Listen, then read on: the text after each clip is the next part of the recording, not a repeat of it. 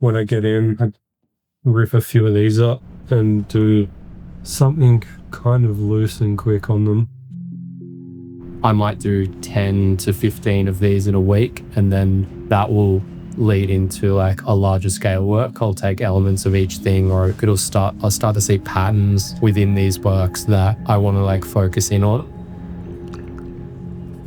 I don't know if you saw when you came in, but like across the road this morning, there was about 10 police cars. There was a stabbing in the mall. I don't want to focus on this stuff today. Doing this work now is almost a way for me to like archive the thought or the memory. It's like an honest reaction to what I'm internally experiencing. And then it's up to me whether I feel like taking that further or exploring it more or sharing it, or basically just processing it and trying to move away from it. I mean, it's a pretty intense thing to wake up to on a Saturday morning.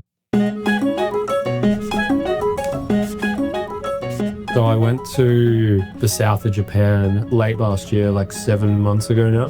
While I was there, I was in a really isolated part of the country down the south, below Fukuoka in the mountains. And I was doing some work down there, like at a ceramic studio, and I had a painting studio there. And I got really sick when I was in the village. I didn't realize how sick I was. I damaged some nerves behind my eyes in my brain, and then I started to lose my vision. Eventually, I was back on my feet, but my vision didn't get better. Kind of like when you first wake up in the morning and your eyes haven't adjusted yet, and it takes a second sometimes. It was like that all day. Yeah, I started to seek professional advice about it, and they said that because it's like related to nerves, you could wake up tomorrow and it could be fine, or you could have this for the rest of your life.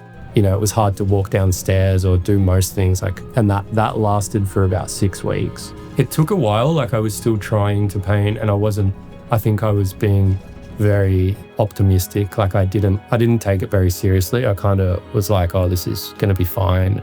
And then each day that it went for longer, like it didn't get better, I started to be like in the back of my head, maybe this is more serious than I'm realizing.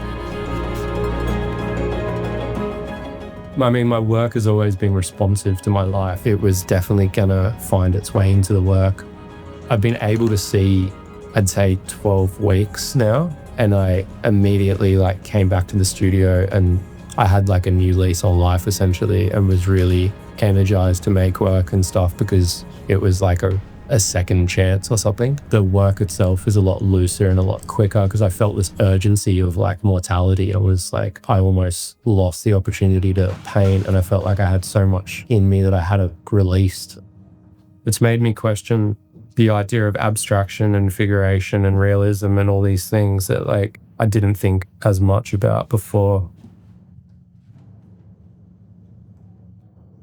And then the truck crash happened, 8 weeks later. I came back to Australia to recover, and like I was moving my belongings from a storage shed that I had them in into a new house, and the removal truck crashed and caught fire, and we lost everything. Photo albums, keepsakes, like furniture, art that I'd collected of other people, sketches, hard drives full of photos, everything sentimental or personal from the past 15 years that I'd put in storage hoping to keep safe, which like ultimately backfired.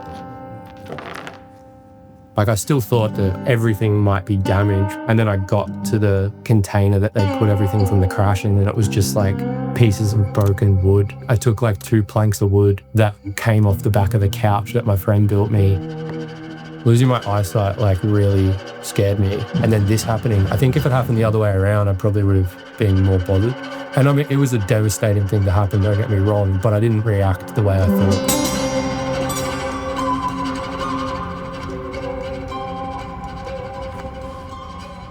My work's slowly unraveling, and there's a lot about these events showing up in my work.